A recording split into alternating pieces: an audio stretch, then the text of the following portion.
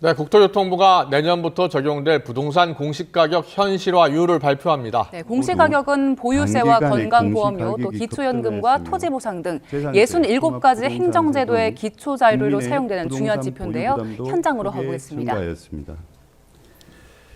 윤석열 정부는 가파르게 증가한 국민 부담을 경감하고 기존 정책에 과도했던 부분을 정상화하기 위하여 대통령 공약과 국정과제로 국민 부담을 2020년 수준으로 낮추고 공시가격의 투명성과 정확성을 제고하는 한편 현실화 계획을 재검토하겠다는 내용을 제시한 바 있습니다.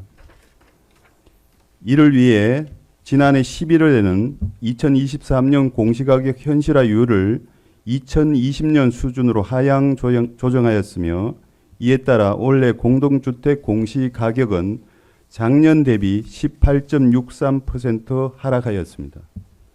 또한 금년 10월에는 부동산 공시가격의 투명성과 정확성을 제고하기 위한 부동산 공시제도 개선 방안을 마련하여 발표한 바 있습니다. 아울러 작년 말부터 정부는 그동안 지속적으로 제기되었던 현실화 계획의 문제점을 해결하고자 현실화율 목표와 목표 도달 기간 등 계획 내용을 수정 보완하기 위한 방안을 다각도로 검토하였으나 공시가격이 국민의 보편적 인식에 부합하기 위해서는 보다 근본적인 개편이 필요하다는 결론을 연구 용역과 전문가 논의 등을 통해 도출하게 되었습니다. 그 이유는 다음과 같습니다. 먼저 공시가격 변화는 집값 변동과 유사할 것이라는 국민들의 일반적인 기대와 상식과는 달리 현실화 계획은 시세 변화에 현실화율 인상분을 추가 반영하는 구조입니다. 이에 따라 현실화 계획을 지속적으로 적용하게 되면 국민들이 통상적으로 기대하는 수준보다 매년 공시가격이 높게 산출되는 문제가 있습니다. 또한 현실화 계획은 9억 이상 고가 주택과 토지에만 먼저 빠르게 시세를 반영함으로써 주택 가격에 따라 현실화율 편차가 커지고 주택과 토지의 현실화율 격차도 벌어지는 등 공시가격의 공정성이 저해되는 구조입니다. 따라서 국민의 보편적인 인식에 부합하는 공시제도의 운영을 위하여 현실화 계획이 과연 필요한지 타당성이 있는지에 대해 보다 근본적으로 재검토할 계획입니다. 내년 초 전문 연구 용역과 국민들의 인식 조사를 실시하여 국민들의 공감과 신뢰를 얻을 수 있는 현실화 계획 개편 방안을 내년 하반기까지 마련토록 하겠습니다. 또한 현실화 계획을 전면적으로 재검토하기로 결정함에 따라 24년 공시가격은 올해와 동일한 2020년 수준의 현실화율을 적용토록 하겠습니다. 이는 최근 지속되고 있는 거시 경제 여건의 불안정성과 부동산 시장의 불확실성을 고려하고 금리 인상, 물가 상승, 가계부채 증가 등에 따른 국민 부담을 덜어드리기 위한 조치입니다. 이에 따라 24년 공시가격에 적용될 현실화율은 올해와 동일하게 고정되고 공시가격 변동도 최소화될 것으로 예상됩니다.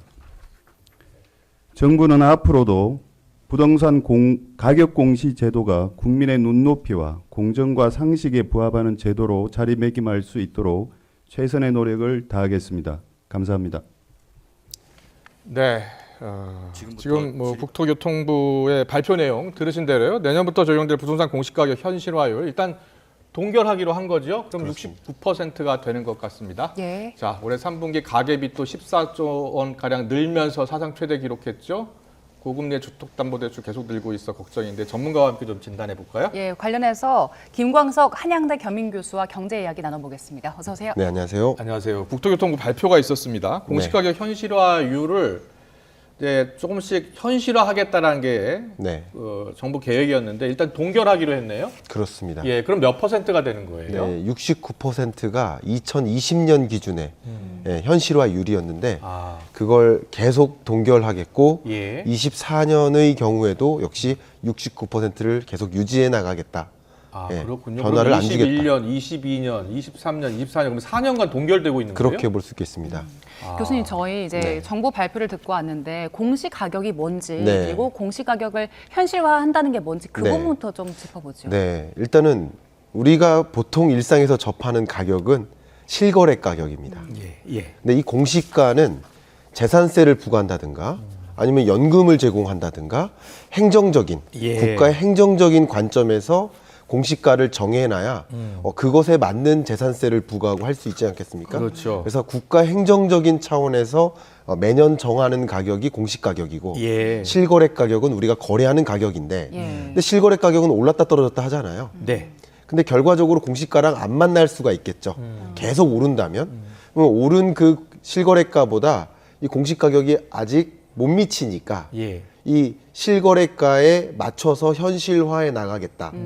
그래서 결국 현실화율을 높게 적용할수록 실거래가와 가깝게 공시가격을 정하니까 네. 이 집을 가진 자에게 더 많은 세금을 부과할 수 있는 수단이 될 수 있겠죠. 그랬군요. 그런데 이게 원래는 계속 높여나가기로 한 게 네. 문정부 때 원래 계획이었죠. 그렇습니다. 그리고 지금 윤 정부도 그걸 이어가기로 한 거였죠. 그렇습니다. 예. 그런데 동결한 이유는 어디에 있는 겁니까? 네. 일단은 목표는 문재인 정부는 90%까지 올려가겠다라는 게 목표고요. 90%까지요? 예. 그리고 윤석열 정부 같은 경우는 공약상에서 80%로 단계적으로 네. 그렇네요. 2040년까지 예. 단계적으로 상향하겠다. 이게 어떤 로드맵에 해당됩니다. 왜냐하면 예. 이 현실화율을 갑자기 끌어올리면 엄청난 세부담이 있을 수 있고 예. 뭐 경착륙이나 연착륙과 같은 이상한 일들이 벌어질 수 있으니까 점진적으로 적용하겠다. 이게 계획이었습니다. 그렇네요. 보니까 윤석열 정부에서는 2040년까지 시세의 80% 그리고 문정부에서는 2035년까지 시세의 90%까지 올리기로 네. 한 거군요. 네. 네, 알겠습니다. 네, 이 로드맵이 각자 다른데 지금 이제는 동결했으니까 69%지만 만약에 80%로 상향했을 때 그 네. 경우랑 비교해서 세부담 차이는 얼마나 납니까? 세부담 차이는 엄청나죠. 그러니까 가격이 만약에 동결된다라고 해볼게요. 우리 실거래 가격이. 네. 그러니까 올해나 내년이나 가격이 변화 없이 보합이라고 일단 가정을 해볼게요. 예. 그러면 현실화율이 만약에 69%다. 그러면 결과적으로 우리가 내는 재산세는 큰 변화가 없다라고 해석해 볼 수 있겠죠. 네. 근데 현실화율이 유지된다고 했을 때 가격이 올라가도 재산세는 부담이 더 되겠죠. 어쨌든 가격이 유지된다라고 가정하에 먼저 말씀을 드리면 네. 근데 여기서 80%까지 올려잡는다. 그러면 재산세가 굉장히 많이 부담되니까 2040년까지 80%이기 때문에 뭐 한꺼번에 올리겠다는 건 한꺼번에는 아니었고. 아닙니다. 예. 점진적으로 예를 들면 69에서 예를 들어서 종전 계획이 뭐 70%대, 70대 중반 그리고 70대 후반 이렇게 점진적으로 올려나가겠다라는 것이 기본적인 계획이었는데 네. 예. 그 계획대로 올려잡았다면 세 부담이 집을 보유한 보유세가 더 가중되는 흐름이라고 볼 수 있겠죠. 그렇군요. 여기에 대해서 여러 가지 해석이 나올 것 같아요. 네. 전문가들은 어떤 의견들을 갖고 있나요? 일단 전문가들의 제가 오는 길에 네. 소위 가격이 상승할 것이다라고 보시는 전문가분들 또 하락할 것이다라고 보시는 전문가들 부동산 가격이요? 예. 이게 지금 부동산 가격에도 영향을 미칠 것이다. 영향을 미치니까 예. 양쪽 전문가들의 의견도 좀 들어봤습니다. 네. 들어봐서 제 말씀을 좀 공유해 드린다면 일단은 현 정부의 집값을 어느 정도 수호하겠다. 예. 집값이 안 떨어지게 만들겠다라는 의지를 보여주는 것이라고 볼 수 있겠습니다. 왜냐하면 금리가 올라가면 대출하는 부담이 커지고 집을 사기가 부담되듯이 네. 어쨌든 세 부담이 커지면 커질수록 집을 갖고 있어야 될 유인이 사라지는 거거든요. 집을 팔아야 될 유인이 많아지는 거거든요. 예. 결과적으로 이것은 수요와 공급에 영향을 미치는 요인이기 때문에 네. 그러니까 세 부담을 어쨌든 종전의 계획보다는 경감시키겠다라는 것은 예. 주택 가격에 영향을 미치는 요인이라고 볼 수 있겠고요. 예. 물론 방금 이 발표에서 국토교통부에서 표현을 했죠. 최근 23년, 24년 경제가 녹록치 않다. 예. 고물가, 고금리, 또 가계부채 부담 이런 것들이 굉장히 힘든 과정에서 세부담까지 또 가중되면 얼마나 힘들겠느냐. 예. 그래서 그런 국민적 부담을 우리가 위로를 해주는 차원에서 동결하겠다라는 뉘앙스로 표현을 한 겁니다. 그렇군요. 근데 역시 예. 갈리겠죠. 왜냐하면 집을 가지고 있는 자에게 세부담을 경감시키고 집을 갖지 못한 자에게는 뭐 집값 못 떨어뜨리게 만들어서 계속 상승 압력을 줌으로써 더 영원히 가난하게 만드는 양극화를 더 초래하게 만드는 일 아니겠느냐. 예. 이게 현실화하는 이런 정책 기조가 결과적으로 집을 많이 가진 자가, 다주택자가 더 많은 세금을 부과하게 함으로써 예. 양극화를 해소하기 위한 움직임도 포함되는데 그 부분에 대해서 아마 굉장히 큰 반대 의견이 많이 있을 거라고 생각을 합니다. 교수님 형평성 말씀하셨는데 이 현실화율을 높인다고 얘기를 계속했던 게 뭐 지역 간의 부동산 시장들 그 형평성을 좀 높이기 위해서 나온 정책이었잖아요. 네, 그런데 이 그렇습니다. 부분은 앞으로 해소를 해야 될 텐데 어떻게 대책을 내놓을까요? 네, 참 형평성이라는 관점에서 예를 들면 이런 거예요. 실거래가가 예를 들어 10억입니다. 예. 근데 공시가가 만약에 8억이라고 해볼게요. 근데 어떤 집의 경우에는 실거래가가 8억인데 공시가가 10억인 경우도 있겠죠. 예. 그러면 이건 형평성에 어긋나지 않겠습니까? 나는 실거래가 8억짜리 집 사는데 이 집은 10억짜리 집 사는데 오히려 세금을 덜 내네? 형평성에 어긋나잖아요. 예. 그러니까 같은 계속 아파트 내에서도 다르던데요? 그러니까 그런 예. 식으로 현실 그 실거래 가격에 가깝게 공시 가격을 만들어야 형평성에 어긋난 일을 해소할 수 있고 네. 또 양극화 문제도 해소할 수 있고 집을 가진 자와 못 가진 자 간에 예. 그러니까 여러 가지 면에서 형평성이나 양극화를 해소하기 위한 그 정책적 목표가 현실화율이라고 볼 수 네. 있겠습니다. 그렇군요. 집값 안정책 가운데 하나로도 보인다. 네. 라는 말씀을 해주셨는데 네. 가계 빚 얘기로 넘어갈게요. 지금 그렇죠. 제3분기 가계 빚 발표 보니까 또 사상 최대치를 기록했어요. 네. 근데 정부가 지금 대출을 조이고 있는 상황 아니에요? 네. 근데도 왜 빚이 계속 늘고 있는 거예요? 일단은 빚이 늘고 있는 그 현상을 제가 들여다 보니까 예. 전체 가계 신용이 늘고 있지만 약 지금 발표된 것이 가계 신용입니다. 네. 근데 약 1,900조에 달하는 가계 신용 규모인데 거기서 최근 2분기, 3분기의 가계 신용이 어떤 식으로 늘어나나 봤더니 주택담보대출을 중심으로 늘어요. 예. 그러니까 주택담보대출을 제외한 나머지 대출은 오히려 줄어듭니다. 왜냐하면 고금리 상황이니까 소위 어려운 표현이지만 고금리 디레버리지. 상황에도 지금 집을 사겠다는 분들이 그렇게 많은 거예요? 그런 것들이 발현되니까 예. 집 가격이 계속 하락하다가 나름 강보합에 가깝게까지 올라온 거거든요. 지금 다시 하락하고 있다던데요? 그 다시 하락한다고 표현해 보기보다는 예. 관망세에 해당된다라고 생각을 그렇게 해요. 보고 있나요? 왜냐하면 11월 들어서 금리가 다시 올라갔거든요. 예. 시중금리가. 예, 예. 그래서 관망세가 나타나면서 보합에 가깝게 움직인 거라고 볼 수 있고요. 예. 어쨌든 23년 중반 정도부터 집 가격의 바닥을 찍고 회복되는 주로 수도권을 중심으로 이 시청자 여러분들께서는 공감하시는 분들이 반, 공감하지 못하시는 분들이 반일 겁니다. 네, 그만큼 가격이 보도도 상승한 그렇게 적도 있고. 헷갈리게 나오더라고요. 예, 그렇습니다. 예. 그러시겠지만 어쨌든 평균 가격으로 보면 전국 평균 아파트 가격으로 보면 23년 중반 7월 말을 기점으로 바닥을 찍고 평균 가격이 조금 완만하게 상승한 건 사실이에요. 예. 그런 상승하는 흐름을 보면서 주로 많은 투자자들이나 아니면 내 집 마련을 하고자 하는 잠재적인 수요층들이 집을 지금이라도 사야겠다 하는 움직임이 가미되면서 주택담보대출 규모가 늘고 그게 집가격의 상승에 완만한 흐름으로 야기한 것이다. 이렇게 볼 수 있을 것 같아요. 네. 지금 2분기 연속 늘어난 건데 네. 앞으로는 어떻게 전망하세요? 네. 이 시중금리를 좀 전망하는 게 제일 좋습니다. 근데 시중금리 전망할 때 벌써 파월 얘기가 나오고 옐렌 얘기가 나온 만큼 미국 국채금리를 봐야 됩니다. 미국 10년물 국채금리가 아마도 11월 초에 최고치를 기록했었던 걸 기억하실 겁니다. 네. 그러니까 그것이 우리나라의 이 시중금리에 반영이 돼요. 우리나라는 지금 7연속인가 계속 기준금리를 동결만 해왔잖아요. 예. 근데 시중금리는 10월 말 11월 들어서 오히려 다시 고점을 향해 올라왔거든요. 예. 이게 글로벌 시중금리가 우리 한국 경제에도 영향을 미치는 거거든요. 그러는 과정에서 지금은 또 시중금리가 떨어지고 있어요. 다시 정점을 찍고. 그러면 다시 가계부채가 늘어날 수 있는 그런 구조에 있겠다. 저는 이런 생각을 해봅니다. 가계부채가 계속 증가하고 있는 거에 대해서 국제기구에서도 계속 경고의 메시지 보내고 있잖아요. 네, 그렇습니다. 정부도 대출을 조이고 있고요. 어떻게 해야 됩니까?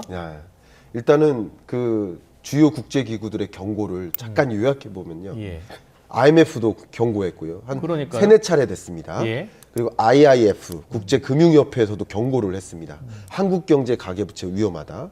또 OECD도 경고했고요. 월드뱅크, BIS, 각종 금융경제 관련 국제기구들이 공통된 의견을 제시하고 있는데 한국 경제를 놓고 봤을 때 세 가지 가계부채 문제가 있다. 하나는 절대적인 규모가 GDP 대비 너무 많다. 규모가 많다. 두 번째는 증가하는 속도가 너무 빠르다. 네. 세 번째는 상환 능력이 떨어지고 있다. 상환 능력이 중요하거든요. 부채 규모가 늘어난다 하더라도 상환 능력이 있다 그러면 아무 문제가 없을 수도 있어, 해석을 해본다면. 근데 상환 능력마저 떨어지고 있다. 그래서 이 가계부채를 우리는 적극적으로 관리를 해야 되는데 여기 답이 나옵니다. 규모를 줄여야 된다. 증가 속도를 좀 둔화시켜야 된다. 마지막 세 번째, 상환 능력을 올려놔야 된다. 상환 능력은 대체로 이런 겁니다. 분모의 소득을 놓으세요. 가처분 소득. 가구당 가처분 소득. 그리고 분자의 원리금 상환액을 놓으시면 됩니다.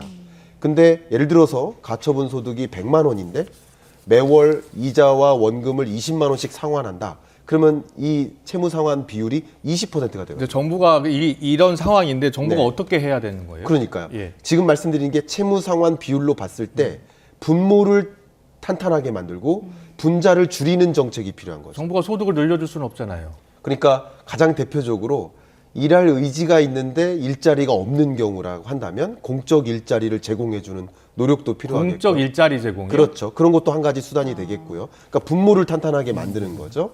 혹은 일자리를 뭐 추가적으로 원하는 청년들의 경우 일할 기회를 좀 제공하는 뭐 중소기업들의 미스매치 현상이 있지만 중소기업들의 일자리의 여건을 개선시켜 줌으로써 일할 수 있게 하고 그게 소득을 탄탄하게 하는 거죠. 또 분자에 해당되는 원리금 상환 부담을 좀 경감시키기 위한 금융정책 이런 것들도 동시에 마련된다면 그래도 가계부채 문제를 해소하기 위한 노력이 될 수 있지 않을까 생각합니다. 상환 능력 떨어진다는 점 말씀해 주셨는데 네. 그게 2030 세대 대출 연체율이 굉장히 크게 늘었더라고요. 그렇습니다. 그 영향도 있을까요? 예, 그렇습니다. 그러니까 전체 연체율이 있고요. 그중에 세대별 연체율이 있겠고 아니면 금융기관별 연체율이 있겠고요. 아니면 임금 근로자와 자영업자 간의 연체율이 다 다릅니다. 예, 예. 근데 이 중에서 가장 취약한 고리를 좀 해석해 본다면 자영업자 연체율입니다. 자영업자 연체율이 정말 역사상 정점을 찍으면서 갱신되고 있어요. 그러니까 전체 가계부채 연체율은 대략 한 0.4% 정도인데 네. 자영업자 연체율은 1.3%에 가깝습니다. 굉장히 높습니다. 그러면 절대적인 가계부채 규모에서 자영업자가 짊어진 빚 중에 1.5% 가까운 그 빚은 연체하고 있다. 빚을 못 갚고 있다. 이만큼 좀 자영업자의 부채 문제는 심각한 상황이라고 저는 생각을 할 수 있겠습니다. 네. 3분기 가계빚이 사상 최대인데 국제기구에서도 우려하고 있고요. 그리고 정부가 오늘 공시가격 현실화율을 그대로 동결하기로 했다는 소식 관련해서 김광석 한양대 겸임교수와 함께 이야기 나눠봤습니다. 잘 들었습니다. 감사합니다. 고맙습니다.